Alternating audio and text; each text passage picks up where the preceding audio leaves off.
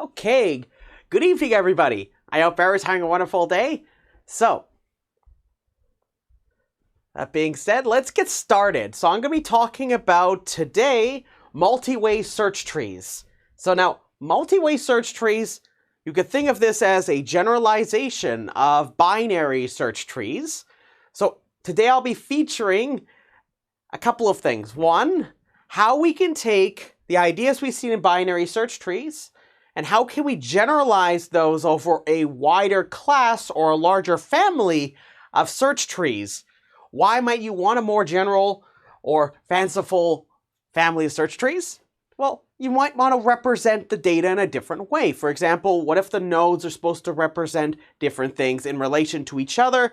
But you also got to keep in mind that this structure will still remain just as we would talk about anyways with the order dictionary. It's just that it's a much more generalized structure. So when we have this, we can actually think about this in terms of different structures, and we may have motivations for why we might study them in this specific way. I'll be giving you one such example of this towards the very end of this course. So I got to define what a multi-way search tree is. So just think of this as a generalization of a binary search tree.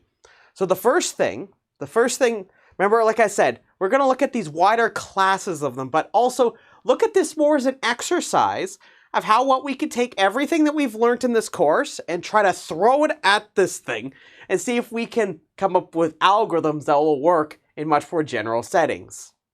So it's a lesson in both of these things. So recall that for binary search trees, every internal node will store a record and has two children, right? It looks like this. So remember, we have a node, it has some record, and it has two children, right? Now keep in mind these could be other internal nodes, right? But the point is that there's two children. I'll call them C1 and C2 for simplicity.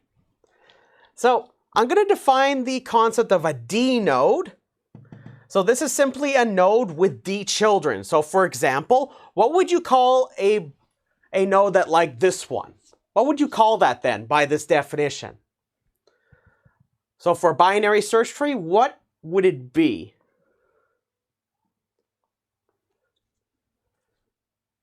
So if it has D children, what should D be? Yeah, it's a 2 node, exactly.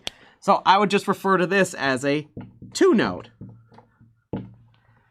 So you can see how it's a little bit more general than just a binary search tree based node. But here comes the definition for a multi-way search tree. So there's two main parts, then there's a property. The property is going to be a generalization of the binary search tree property.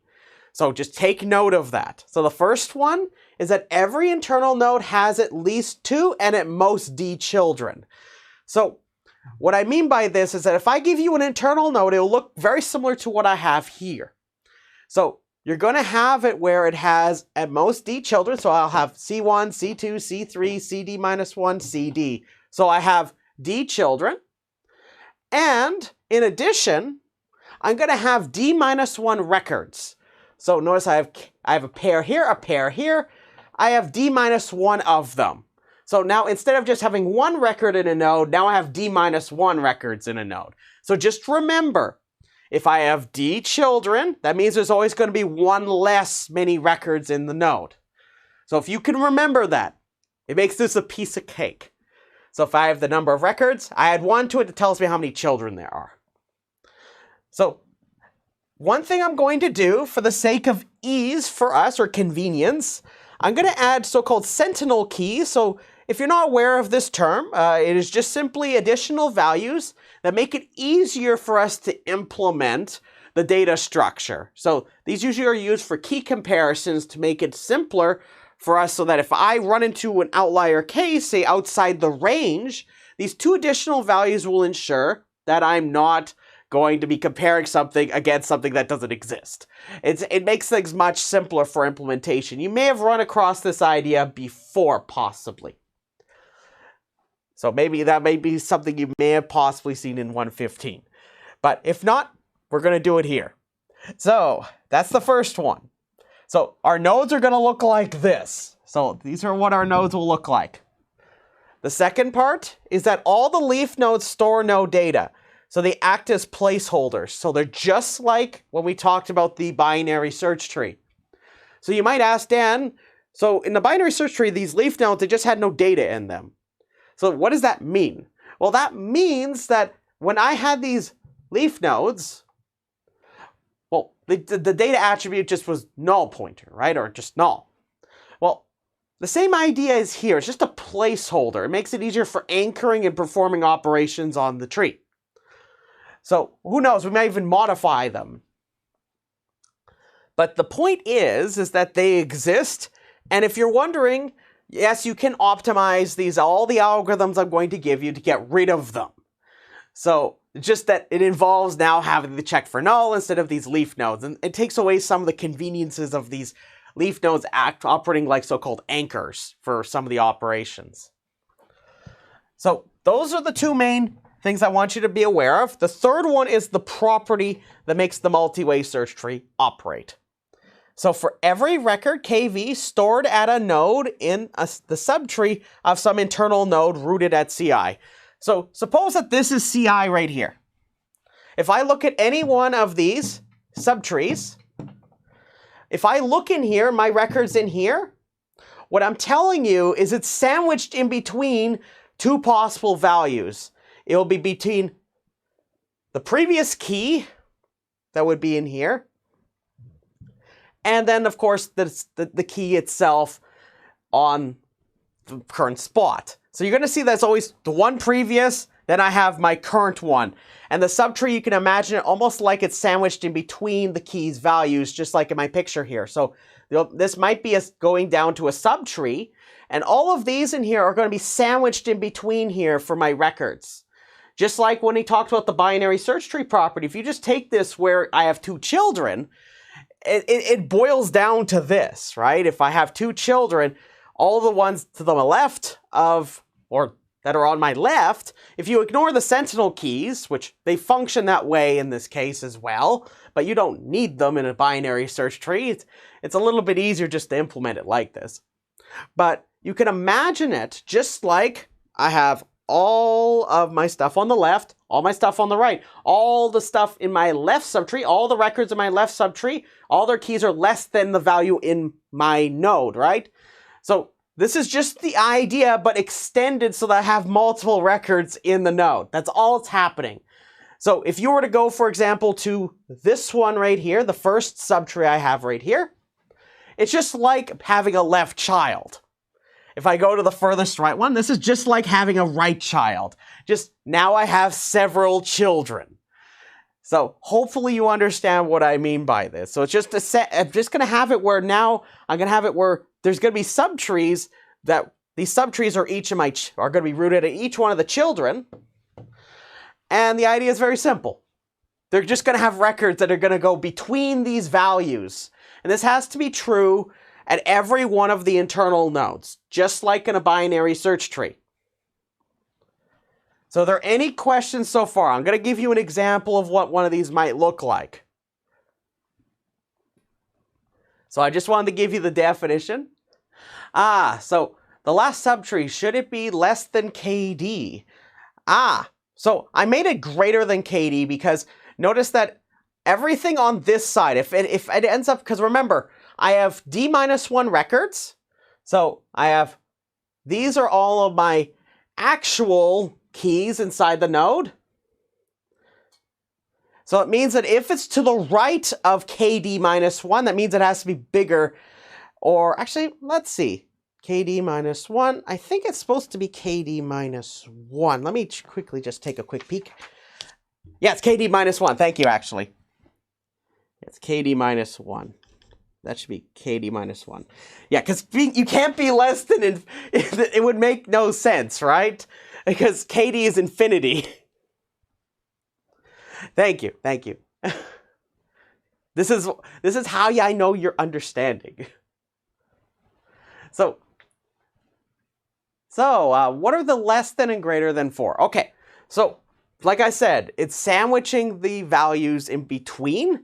So for example, if I examine, say K1 here, the child that's to the left of K1, all of the keys of records that are in, or in any records that would be of among a node that is rooted at this child, they're all going to be less than K1. To my right of this record, you could think of it like having to the left and to the right of each one. So if you were to just ignore all of these, you almost just like, it looks just like a binary search tree node, right? Or I have one to the left and I have one to the immediate right. So all of these ones have to be greater than K1, but they have to be less than K2. All the ones that are between K2 and K3, they're going to be sandwiched in between here. And so on. So it's just telling you what exactly this property is spelling out. So very often you're going to find when I talk about this data structure, you'll find that I'll very often talk about, oh, the left of this one record, or to the immediate right of this one record. It's very often very helpful for me to describe it this way. I'm hoping that this intuition will not be lost on you, but it will be something you get used to a little bit. So I have potentially many children, but the idea is I sometimes have it where I'm going to have a child that's to the left of one of the records or one to the right. You're going to see as we go along that very often the key at that given spot and its child may have a relationship in terms of how I evaluate or check things. But I think it's easier for me to just go to the example. So let's just go to an example. So let's head over this way. Let's go this way.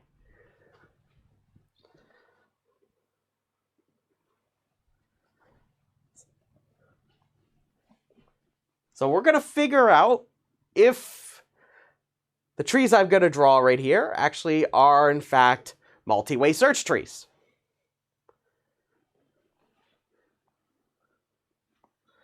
So I have two trees here. They're very similar to each other, but I want to evaluate the definition of the multi-way search tree and see which of which are in fact multi-way search trees. So let's first start off with, let's start with this one, the one I called A here. So this is an example of a actually, is it a multi-way search tree? Does anybody have any ideas? So let's see. So I have a node up here at the root. I have 14 and 30 are the keys. I have the first child is going to have 1, 8, and 10. Then if I look at here to the furthest right child, just to the right of 10, I have 11. And I have to the right of 11, its second child here, I have 12 and 13. Notice that all of the keys or of records that are in this subtree here are all greater than 11. So that seems okay, right? That makes sense. And 11 is bigger than 10, right? So far this seems okay. Everything in this subtree is in fact less than 14, so we're okay, right? So far this is okay. Now, 20 here is sandwiched in between 14 and 30. That means that 20 has to be greater than 14, but it has to be less than 30. So you can see here, that's okay, right? That makes complete sense. However, we have 32, we have 42, and a 50. These are all larger than 30, so we're okay here. This is to the right of 30. And now I have 32 as the first record. Sandwiched in between there, I have a subtree that is for the second child. And it's 42. That's indeed that's greater than 32, but it's less than 50. So that's fine. So, question, is A multi-way search tree? Yeah, it seems to be, right? I think it most certainly makes sense that it is a multi-way search tree. It has everything we just described. So just remember, that property over there, if it makes it easier to remember, just think of it like so remember when we have the binary search tree, we have a left and a right. I like to think of it like if you had a sandwich, you flip it sideways like this. You have the GUI center, that's your record. You have your left half and your right half, your two pieces of bread, you can imagine that being the left and you have to the right. A multi-way search tree, the way it works is imagine I have several sandwiches. I'm going to tilt all sideways like this, and now each one has a left and a right with respect to the given record. So as long as you could think about it as something to the immediate left or right, it's a very intuitive idea. It just doesn't seem very strange. It's just not something we were used to doing. So let's look at the second one here. So is this a multi-way search tree?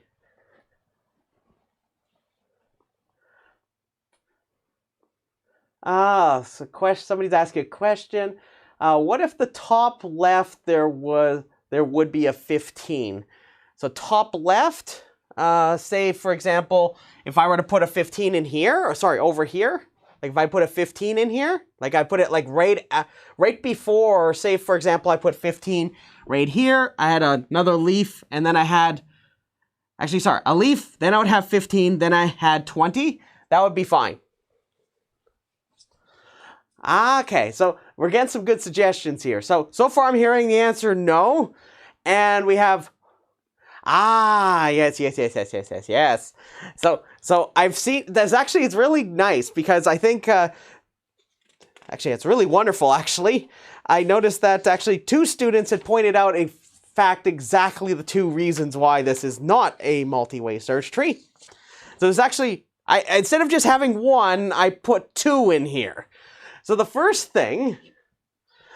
issue at hand is notice that if you look in this first child, you look at all the nodes in this subtree, notice that, sure, this looks okay, like this 16 is bigger than 13, and this seems okay. However, look 16 here. That's bigger than 14. So, this is already a problem. We can't have that. This is going to be an issue because that's greater than 14. And the other one, another lovely student, in fact, I think a couple now have pointed out, is that this 25 is a bit of a problem because 25 is less than 30, right? But it's in the subtree that's right to the immediate right of 30. So you know that both of these are not okay, right? Yes, exactly. So in this case, the answer, of course, is no, right? So you see how we have to think carefully about the definition, but if you just think of it just like a binary search tree where we have several children and we just have it where these subtrees are just sandwiched in between each other. That's all it is. If you got that idea, it's a piece of cake. It's just that there's some novelty or little wrinkles in this idea as we go along that we're going to run into. So the next thing I want to define, actually before I proceed, are there any other questions about the definition of a multi-way search tree?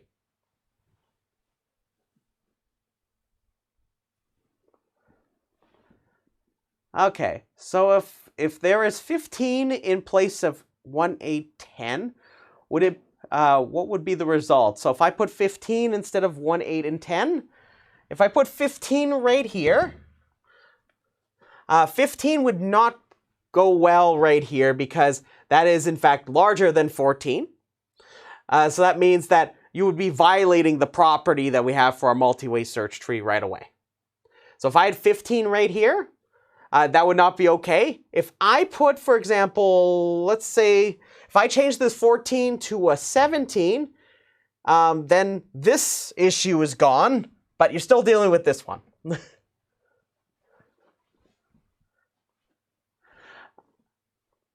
Okay, so remember the definition that we have for our property is based on how we sandwich the keys in. So the furthest left one, all of these have to be less than this one.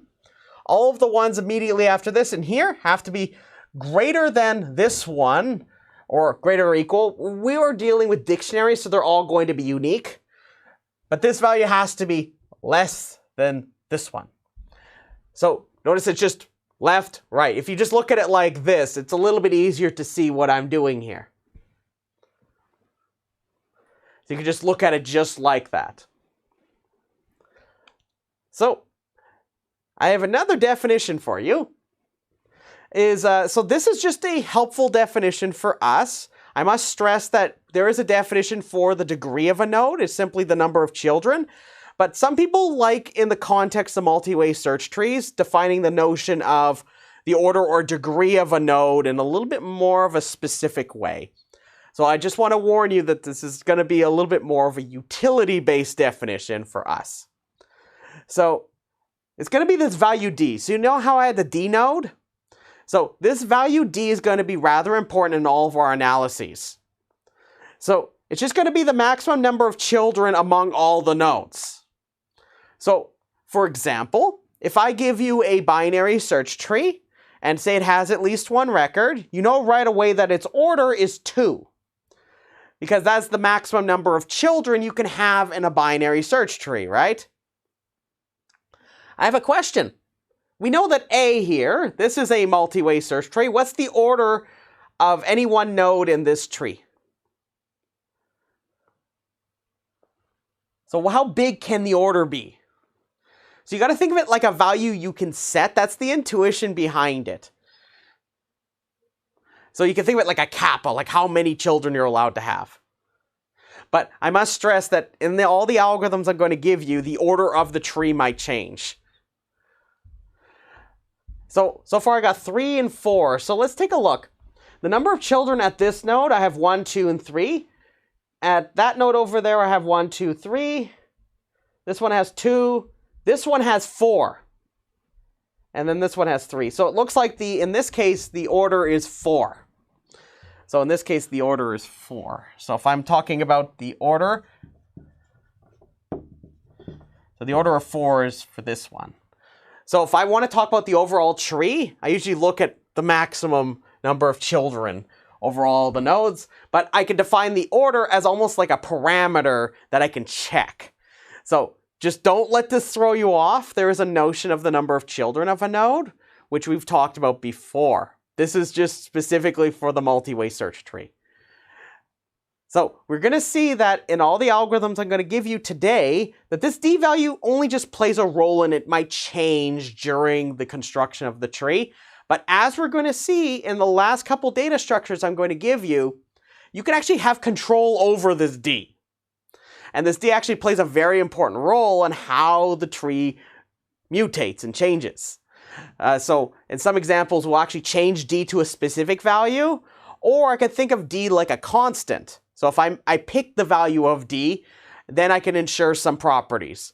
But all the algorithms will work regardless of whatever D is, just to be very clear. So anyways, I want to talk about how because we have all these nodes, right?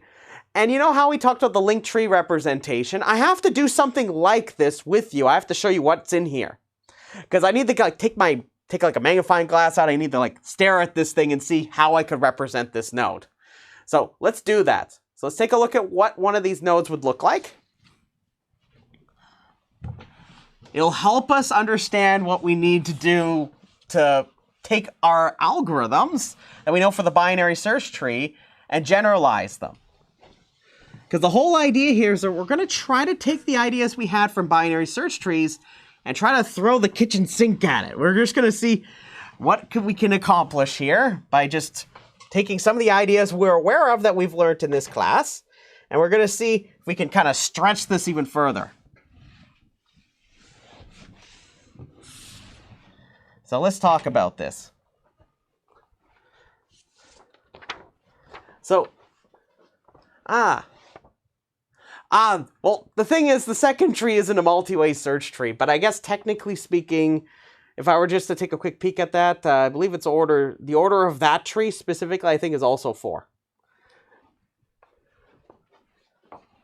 But anyways, let's talk about how we're actually representing this thing. So each node takes the form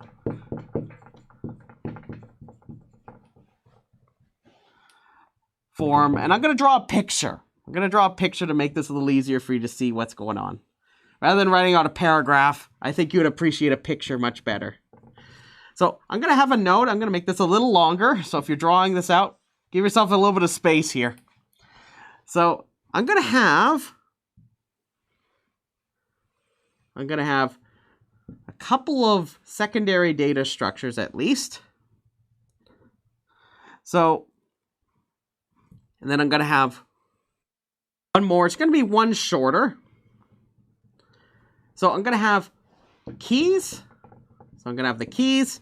I'm going to have the values or data. And I'm going to have the children. I'm going to have the children. So some of the things that we talked about before with just generalized rooted trees is going to be rather helpful for us when we think about this, intuitively speaking. So remember that when we talked about just general rooted trees, we had like a secondary data structure meant for representing and taking in all those pointers for all those children. We're going to do the same idea here. But just to keep this simple, I'm just going to show what we currently have. So I'm going to have minus infinity in the first spot. I'm going to have K1, K2, K3, all the way up to KD minus 1.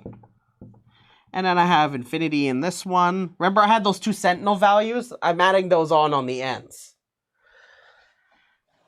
Then I'll have null here, just to keep this simple. Then we're going to have our data for each one of the records. VD minus 1.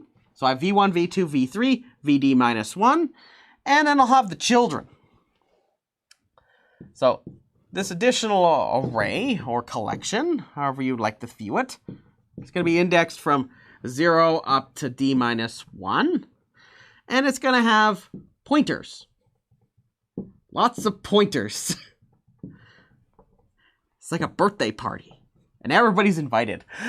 So this will be pointing at C1, this is pointing at C2, this is pointing at C3, and this is pointing at CD. So you might ask, okay, so what's going on here? One thing I want to point out is that the keys and the children, which keep in mind, all of these are associated with the keys. These you can think of as, these are stored. These are stored. That says stored, by the way. It's kind of melted like a lava cake. It's imploded in on itself. It's stored in secondary data structures. So that means that you get to choose what you would like to do with these, if you'd like.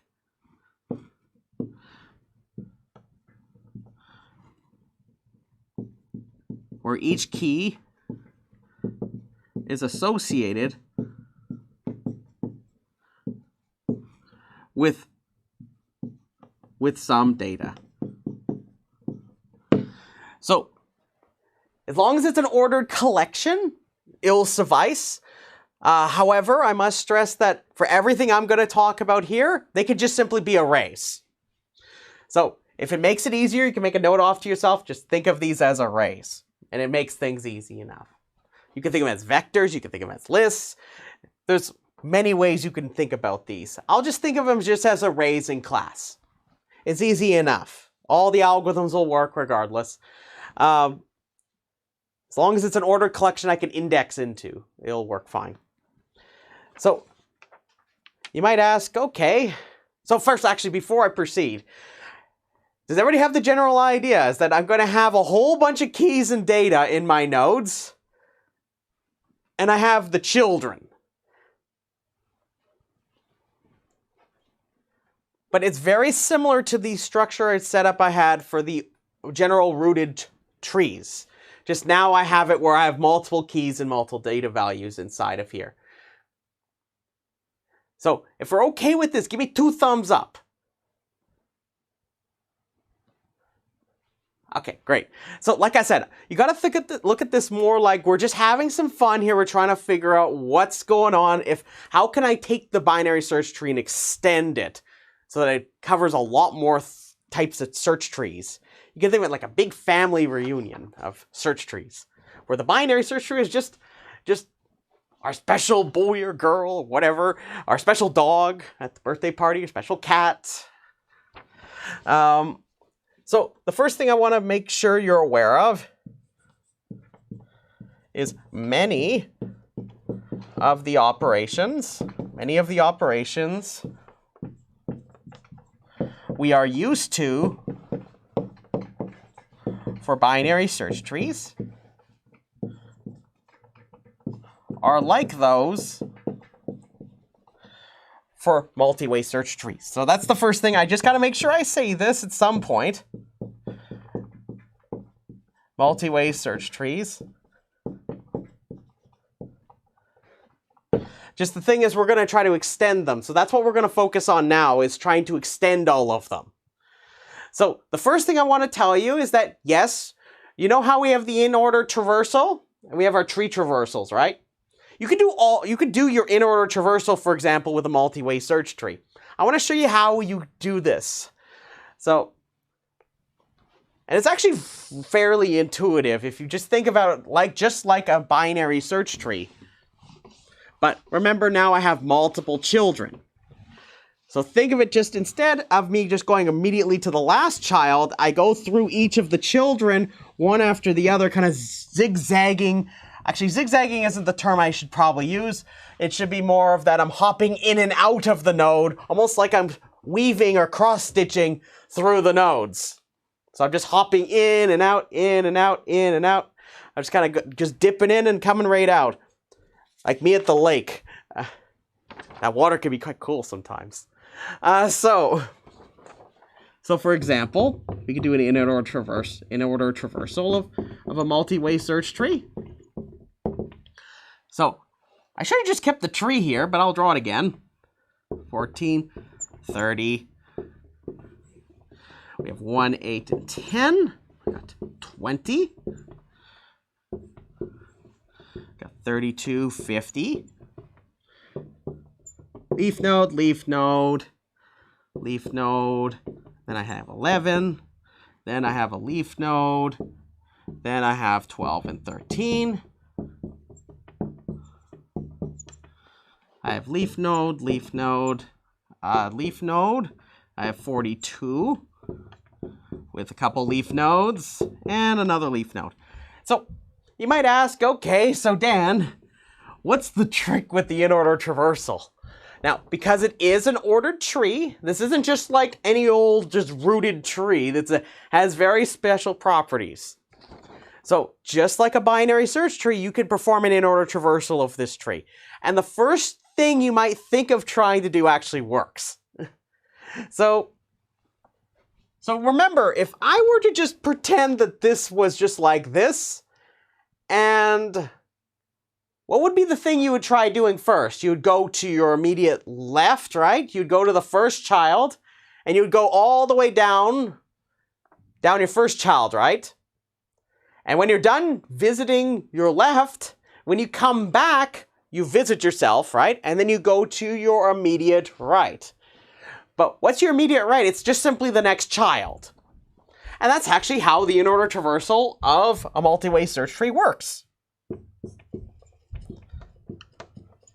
So if you're thinking about this from an implementation standpoint, all I'm doing is just going through each element in my collection in the node. I'm just hopping in and out of them. So I'm just going through each of the children, and whenever I visit myself, I'm really just visiting the next record. And then I go back down, I come visit the next record. I go back down, go visit the next record, and I go from left to right just doing this. So the in-order traversal here, if I do this, actually I'm just going to use a different color marker just to kind of really kind of show you. So I'm actually going to like demolish this picture as we're doing this. So I start up here, I go left, I visit here. So I visit 1, then I check here. Remember, this is a leaf. Okay, I'm going to now visit 8. I go to my next child. I visit myself, 10. Then I go to my next child. I go left. I visit myself. And then I go to the right, which is just simply the next child. Then I go to my left. I visit myself. I'm visiting myself a lot, right? But the thing is, I'm just always hopping in and I just going through each of the subtrees, and each time I'm going up and I'm using the fact that we know that property that we had over there is in existence, right? Remember, we have a generalization of the binary search tree property. We know that if I go down this little loop down here, if I were to have more records down there, I know that there's somewhere in between 12 and 13. In this case, that won't be the case because we're thinking about this as a dictionary, right? So 13. So you know the next one will be 14 because I'm just going to work my way back up here through the power of recursion. So I'm at 14. Then I go down. And I visit here. I go to my left. I go to 20. Then I go to my right. So I have 14, 20, and then I go back up, I loop around, and now I'm back up at 30. So I visit myself. That 30 looks a little fun. Then I go to my left. I visit 32. Then I go down to the next child. I go left, visit myself, go to right. I do the same thing there. 42, 50. I visit, go right. I work my way back up, and I'm done. And that's all there is to the in-order traversal. It's the same idea, except now all you're doing is going through each one of the children. Instead of just having a left visit yourself, then go right. Instead, now you just go, I go visit a child, I come visit the first key, I go down to the second subtree. I then visit the second key, I go down, and so on. I just keep doing this process over and over again. It's just scanning through each of those records I have over there. But each time, you dip into the next child. Like I said, just think of it like a binary search tree, just with more. So, are there any questions about the in-order traversal, or does this seem pretty decent? It's conceptually not that bad. Just think of it just like we're just doing in-order traversal of a binary search tree if you just imagine it where D is equal to 2. If we're okay with that, let's start talking about get. Let's figure out how we're going to do get. Because get, remember the whole idea here is I give you a key and I want to know either where it is or what its data is. Either one will suffice for us. So there's a couple of things we got to think about here. One, remember that we had it where remember, we only had one record before when we did get, right? And then we just used the binary search tree property to go swinging around. We go either left or right. But now we have multiple children, right? So we have to be a bit more careful. So let's talk about get. So we're just going to extend our ideas. So we're going to extend the idea from binary search trees. But remember, I don't now have any notion of going left and right anymore. That was an idea we used for get. Instead, now we need to figure out which child do we go down. So when I say child, you know how I talked about going left, going right? Do I go down the first child? Do I go down the second child or the third child? This is now the way we have to start thinking about this instead of just having 2 children. Because remember, we're just going down through internal nodes. And of course, if we hit a leaf, we know we didn't find it, right? That same idea works because we have those leaf nodes. So we know we can do something quite like that. But there seems to be a problem that we need to think about. It's how do we determine if we found K, so the key K, so this is the key we're trying, so this is the one we're giving for get, and I want to find it, or the correct child, because now there's kind of a couple different things in play, is we have multiple children, and at the same time, how do I know if I'm at the appropriate record? Did I go too far to the right, or did I go too far to the left? This really matters. So first, here's what I would suggest we try doing. First, we find a position I where we know that if I imagine my keys, think of it just like an array. I want to find a position I such that this relationship holds. Take note of the less than or equal on one side. So the idea is I would like to find a position where it's either going to be that k is going to be greater or equal to whatever's here, or in this case this should be keys. Key sub I is less than or equal to k, or it has to be bigger. So the reason why I want to do this is because if it's bigger, then I know immediately I have to go right? But remember, right in our concept here is just the next child over, right? So, and then the other reason why is if you actually look at the way we represented the data structure, our notes, you notice that we always start to have a bias towards like, oh, if it's less than, if it's not me, I'm always going to have one on my left. So, anyways, let's think about what we can do to achieve this. So just as a reminder, I want to kind of just remember back to that picture we just did a moment ago. I just want to remind you of kind of the setup for this, and I'm hoping that this will help you see what maybe we might try to do here. So I have 0, 1, 2, all the way up to d minus 1 and d.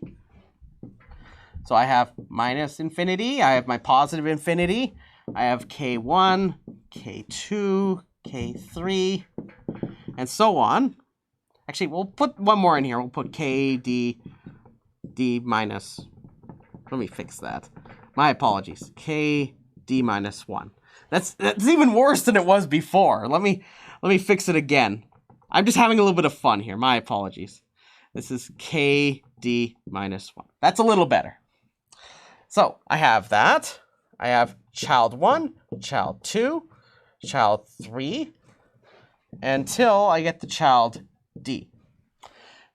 So I would like to actually find the position such that this holds. Remember, these are my keys right here. And these are my children. So I want to try to find a position that makes so that I have access to the keys, right? I could search over them. And now, does anybody remember anything about these keys? Are they just in any sporadic order, or is there actually something nice about these keys? Is there anything interesting going on with our keys over there?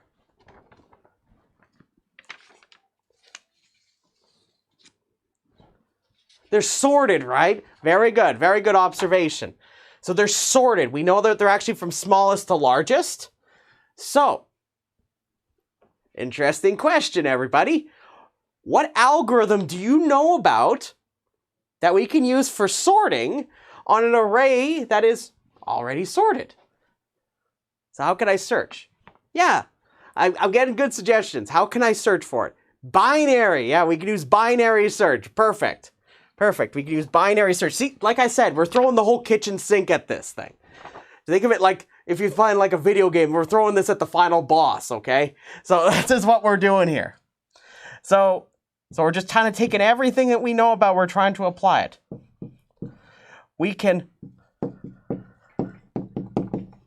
can slightly modify binary search.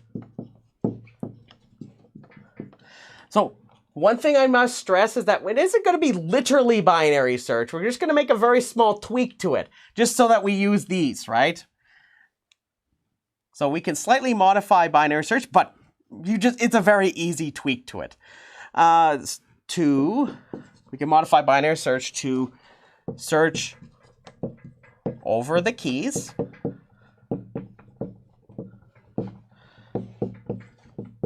To instead determine the index I. The index I, where either the above is satisfied. So I'm talking about this right here. The above is satisfied. satisfied, or we have two possibilities, and there's only these two possibilities. So there's two. K is less than keys sub I. So this shall correspond to when we search the left half. Remember, this is where we do binary search on the left subarray.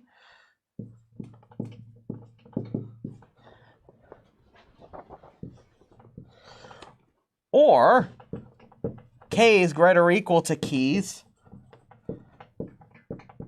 sub I plus 1. So this is just saying you gotta go and check the right half.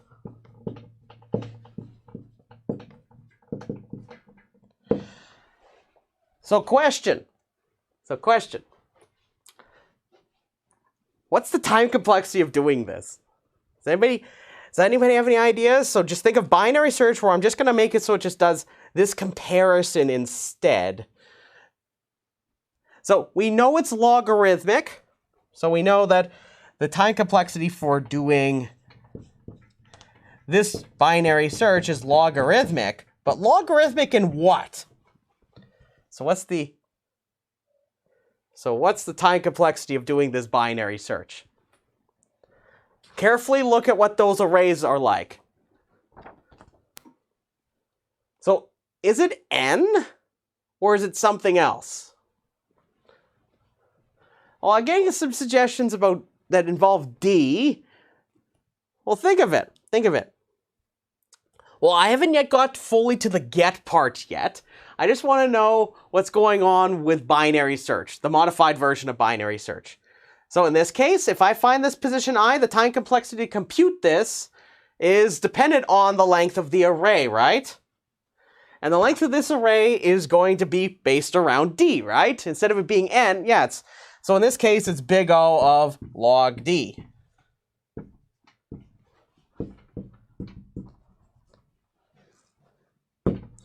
So where d is the number of children of that node.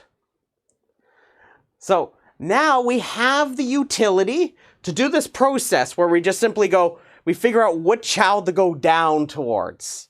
So if either we're going to be at that node and we find the key in the specific spot that this binary search will tell me, or I have to go down the appropriate child that is corresponding to its friendly one in this. You can think of it just like a parallel or associated array. So you can just imagine I have this one. It tells me right to go to this one. So you're going to see very quickly that it's going to be that they're associated. So let's talk about this then. So let's talk about get now. So now we have a mechanism to do this.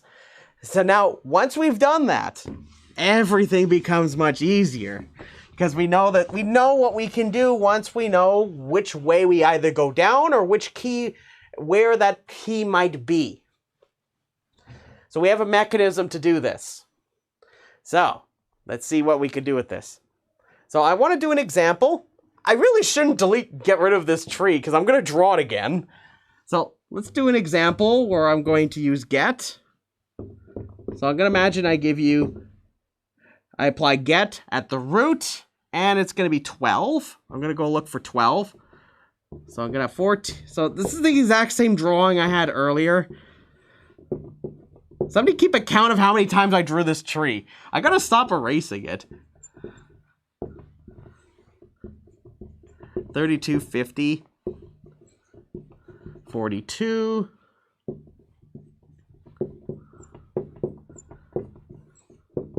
$11. Then I have 12, 13. Leaf, leaf, leaf, leaf, leaf, leaf. I've drawn so many trees in these years. So, anyways, now I have my tree. I'm going to apply get on 12. So now so what's going to happen is at every one of the nodes I'm going to visit, I'm going to use this binary search each time to figure out if I found it, or it will tell me exactly which child to go down. So far we're at number 3. Very nice, very nice. Let's see if we can go for a high score. Actually, no, let's try not to. Okay, so anyway, so if I start off at the root, say this is R, Well, I know that the binary search will tell me, hey, look, 12 is less than 14. So it's going to tell me, since this isn't equal to 12, it's going to go left. But left is just the first child. So it just tells me, go here. I'm going to do this binary search process. So remember, I'm going to go left. But remember, left here means left of this record. So it's left of 14. You're going to find I'm going to use this terminology very often, or else explicitly tell you which child it is. So now, if I do this process again, 12 is indeed larger than 10. So you know right away it's going to tell you to go to the right of 10, which then 11 is less than 12. So you know it's going to go to the last child. And look, there it is. So you're going to do the binary search process here. It tells you a position. This position in particular will be the one where you can check if it's 12. And in fact, we find it. So the big thing is that at an internal node,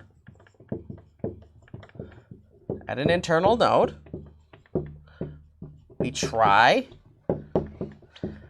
to find the key K at the position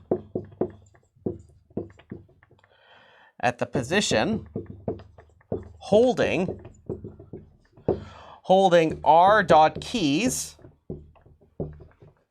of I. So whatever R is. So remember our get is a recursive algorithm. So R will change as it's going down this tree because I do recursive calls. So I get the position. So it's either going to be this one. Otherwise, we explore.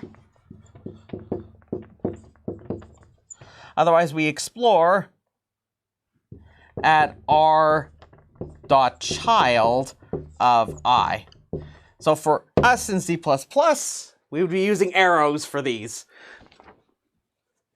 So remember, it's either going to be at that spot that I get, or I'm going to have to take the child that's indexed in that spot. So let's write out what get is going to give us. So I'm going to write out the pseudocode for get. And let's head over here. So let's see what happens.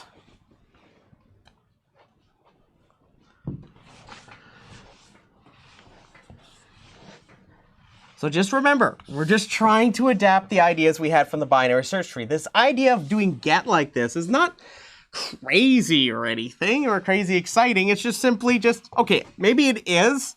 It's because we use binary search in a very clever way to ensure we can still use the exact same idea. This is something that I want to encourage you to think about, is that when you encounter a new problem, sometimes see if there's an idea that works that you are aware of. See if you can take that idea. You can think of it like your favorite box of chocolates or something, and say you want to take that and you want to use the chocolates for something else. Say you encounter a new problem, just like I have my box of chocolates, I can always melt these chocolates and I can put them on like ice cream or something. So I know I'm familiar with the chocolates, I know how they taste, hopefully they'll be good over ice cream. Same idea here is for problem solving. If I have an idea that works, maybe I can try to extend that idea to my problem. So it's a very natural pattern for problem solving. Sometimes it works, sometimes it doesn't. Okay, so question, what will it return? Like, it will return the address of the internal node holding the key. It tells you the position in the array or the collection. So it's actually a position. So it's just like when you do binary search. Do you remember when we talked about the search problem, how it gives me a position? That's the exact same thing here. We're just doing that same idea. So it's just telling me a position. Now, technically speaking, you can always think of it as an offset of an address of the array, but that's not really what we're focusing on here. That's more of an underlying concern. So let's talk about the algorithm. So I have get, I have R and K. The input and output, they're not very interesting. So this is just root R of a multi-way search tree.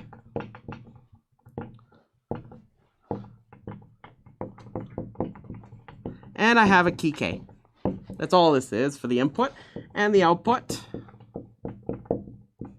I'm just going to make it so it returns the data or value.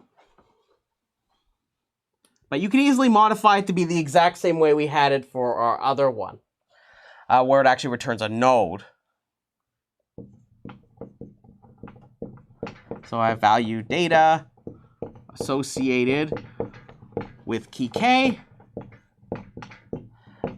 And of course, if it's not there, we want it so it's null otherwise. So I want to make sure that if the key isn't there, I just get null. So you're going to notice that our algorithm is going to be very, very similar to the one I gave you for binary search trees. Just it's going to be a little bit more general. So I check if R is a leaf, just like before. R is a leaf. Then I just return null, right? That means I hit a leaf node. So if you ever find yourself needing to get the node itself, you can just return R here. Otherwise, we just use the modified binary search. The modified binary search to find index I so that r.keys sub I is less than or equal to k is less than r.keys sub I plus 1. So that's the first thing you do. You use this modified binary search process. Then you check first, like I said, you check if that position has it where it's equal to the key at that position. So if k is equal to r.keys sub I, then you can return its data, and you're done.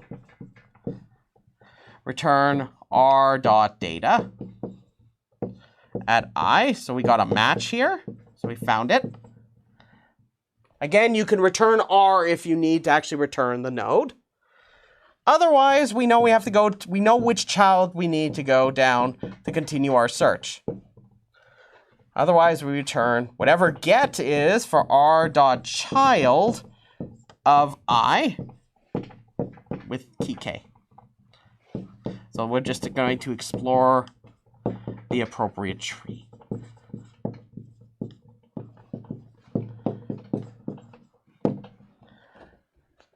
And that's it. I'm just going to close off the else. And that's get. So you might ask, okay, so what's the time complexity here? For the sake of time, I'm just going to walk you through it quite swiftly. So let's kind of figure this out. Let's figure it out. So we already established that this takes big O of log D, right? So if I first ignore the recursion, so ignoring the recursion, so I'm just going to ignore this recursion.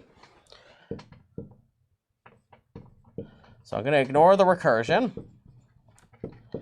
You're going to notice this is going to be very similar to the get analysis we had from binary search trees, except there's this wrinkle now.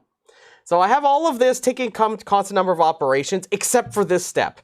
This step we know takes big O of log D. So what I'm going to do is I'm just going to kind of subsume everything in big O of log D. So you can think of it as like 1 plus big O of log D if you'd like. I'm just going to write this as big O of log D, just for the sake of brevity for our time. And then now I'm going to incorporate the recursion. So, question. What do we know about the maximum number of recursive calls that can happen here?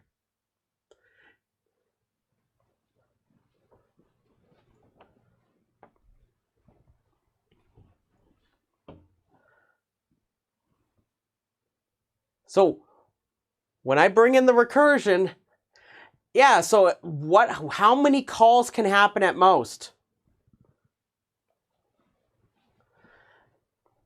Now, D is interesting, but that's not really the one we're looking at here. Remember when I did the search over there, I went down the tree, right? I go down the tree. What happens when we had a binary search tree?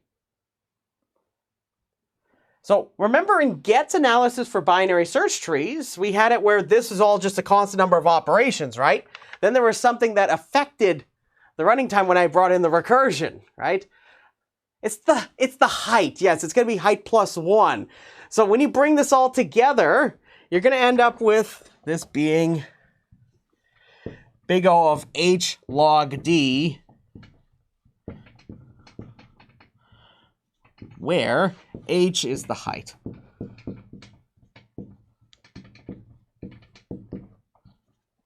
It's a very sad looking writing of height. But yeah, so we got h log d. Notice, one thing I want to point out to you is that if d is a constant here, notice that that's big O of h. I want to plant that seed right there. Do you see how that's rather interesting? So for example, if this was a binary search tree, you'd see how it's just big O of h like we had before. Is that interesting? So I have a quick question. I'll have a note for it in the notes. Question. If I want to compute the smallest in a multi-way search tree, what would you suggest I do? Any ideas? So imagine I'm at the root, and I want to find what is the smallest record. Any ideas?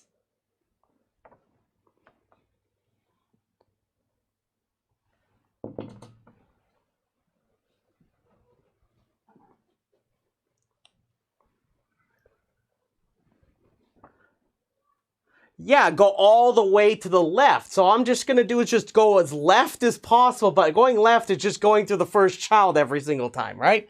And then I just simply go up 1, and then I just take the first record that is there, right? In the first internal node, just like we had before. So just simply go, so you just simply access, and I'll put in quotes, access the leftmost, this is leftmost child, then do as before, except get first record. So you just get the first record that's in that node that you run into. So what does that look like? You just go, I'm just going to go down the first one all this way down, and I go all the way down, and there'll be, eventually, there's going to be some internal node that's going to have k smallest in it, so it's going to have the smallest key in it. But then I'll have this leaf node just sitting right there.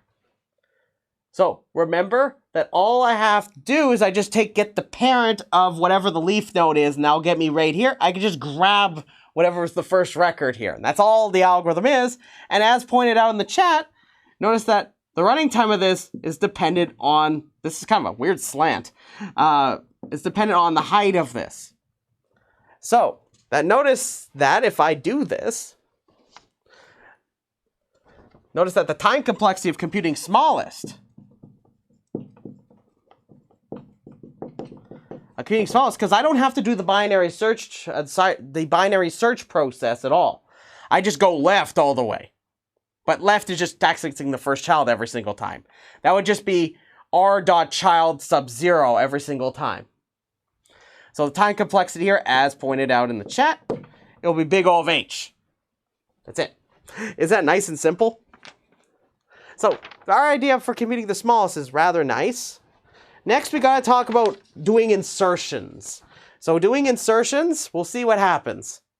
So before I proceed with insertions, are there any questions? Any questions at all? You're going to see that I'm going to be mostly, so why was it big O of h log d? Because remember, the number of recursive calls is actually dependent at most on the height of the tree. So just think of it just like the analysis we had for get for a binary search tree. Just the thing is that each one of the nodes, we do big O of log d amount of operations. In the worst case, of course.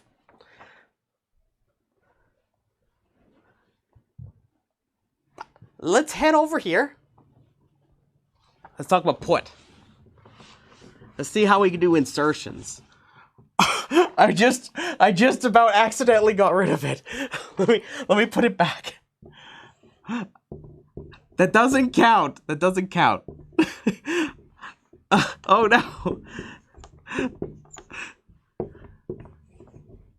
1, 8, 10. I'm hurrying.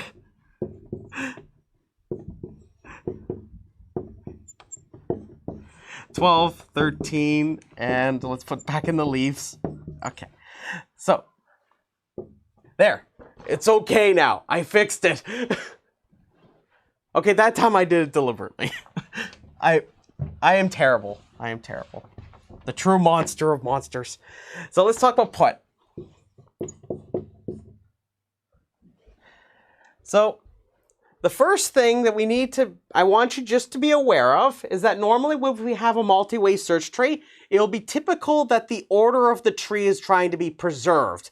So that means that value D, usually I like to preserve it. Now for this process, I'm going to be completely negligent around this, and it has interesting consequences. So here's the idea that I'm going to do, is that as I do put operations, this is going to cause the tree to grow, but in the current setting I'm going to give it to you, the tree is going to end up having it where the nodes are going to get what we best describe, and this is a technical term. It is indeed a technical term. You know how I talked about like bushy trees and things like that? These are all terms that people use for trees. So in our algorithm for put, our tree nodes are going to be fat. They're going to have lots and lots of records in them. And D is going to be somewhat out of control. As we adapt this idea for put, we're going to see that we're able to actually modify it in the future. So we're not going to be addressing the issue of the fat nodes. We want to be friends and be lovely and encouraging to our fat nodes. So, because there might be potential there. Anyways, the point is that we're going to modify a get to search for the node where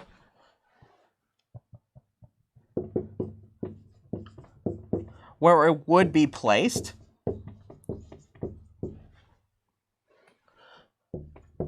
which should be a leaf node, right? That's what we're used to with the binary search trees, right? We're used to it just like we go all the way down. If we don't run into a duplicate, we hit a leaf node, right? That's what we had before.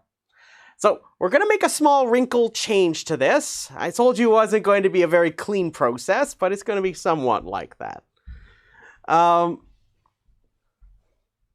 it's going to be a leaf node. I'm going to give it a name. I'm going to call that Z. This is where it would be found if it was there. But the thing is, we're going to do the insertion just above the leaf node Z. So I'm going to say insert just above the leaf node Z. So the technical term for this, and I'll use this term in the next couple lectures, is the lowest insertion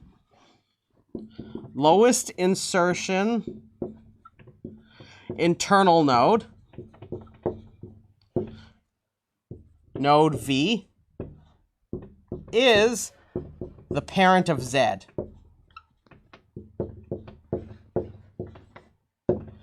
So you're just going to add record. So you just add the record.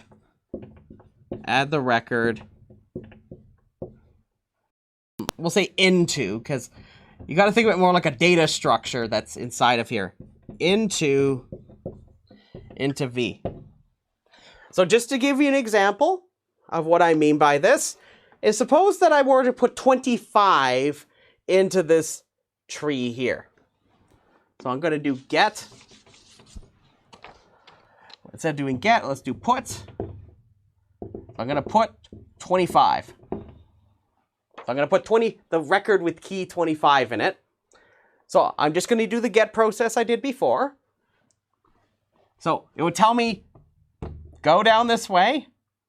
And 25 is bigger than 20, right? So it's going to go to the second one right here because it's definitely not equal to that. So do I put it right here? No, right? This is Z. That's node Z. So that's node Z right there. Instead, what I'm going to do is I'm going to now add the record with key 25 actually into this node. So this is V. So this is the lowest internal insertion that I'm going to be doing here. So this is the lowest insertion internal node. So I'm going to underline that just because it's going to be an important term for us. So it's the lowest insertion internal node. So that's what V is in our example.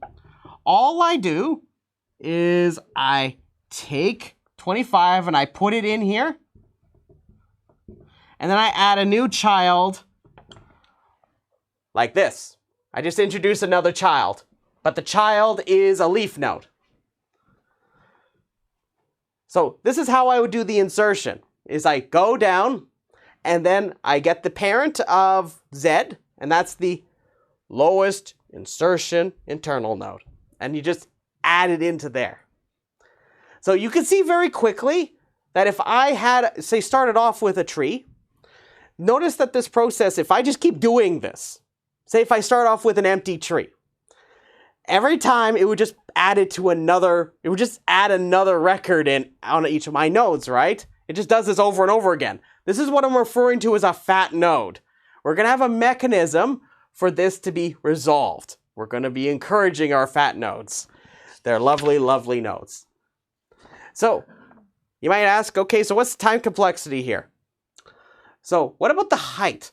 See, this is the thing, like I said, if you start off with an empty tree, this thing becomes like, just, I'm not even kidding. Like if you just take this process just out of array, it's just going to have it where the node just keeps getting added over and over again. And it's going to be that one of these nodes is going to get really, it's going to have a lot of records in it, meaning that the order of the tree actually gets bigger as each of the insertions happens. We're going to have a mechanism for preventing this from happening when we start looking at more specialized multi-way search trees. So let's talk about the time complexity here. So we know how to do get in big O of h log d, right? So we have kind of a couple of things. We have get. So get, we know, takes big O of h log d, right? It takes big O of h log d. Now we have to still add the data in, right? So we still have to add the data. So to add that data in, just for the sake of time here, I'll let you think about it. If you think of it just like an array that had sufficient space in it, you would do the insertion so that it's in maintaining the sorted order inside of the collection. So I would just insert it in and then I shuffle over the appropriate elements. So you could do this in big O of d. So that means that the overall time complexity, if I just sum over these, is going to end up being d plus h log d. Again, notice that if d was a constant, it's just big O of h. So, like I said, we don't want it where these nodes become very, very full records. But next time when we come back, we're going to look at how we can compute the successor and remove, and we'll start looking at some more specialized multi-way search trees. So I'll say thank you very much, and have yourself a beautiful day. I'll see you later.